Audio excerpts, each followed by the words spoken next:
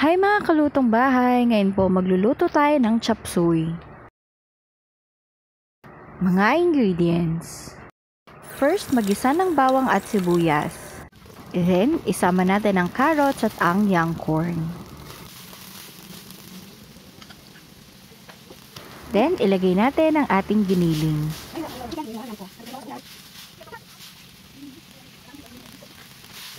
Next, isunod natin yung string beans o Baguio beans.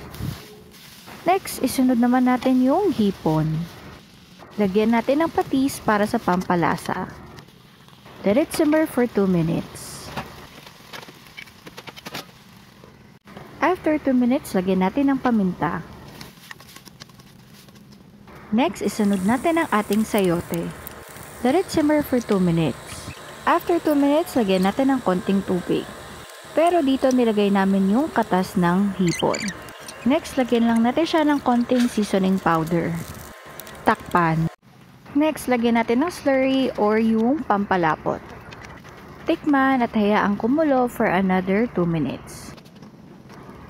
After 2 minutes, pwede na nating patayin ang apoy.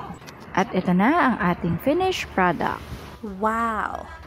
Thank you guys for watching, and please follow, share, and like for more recipes.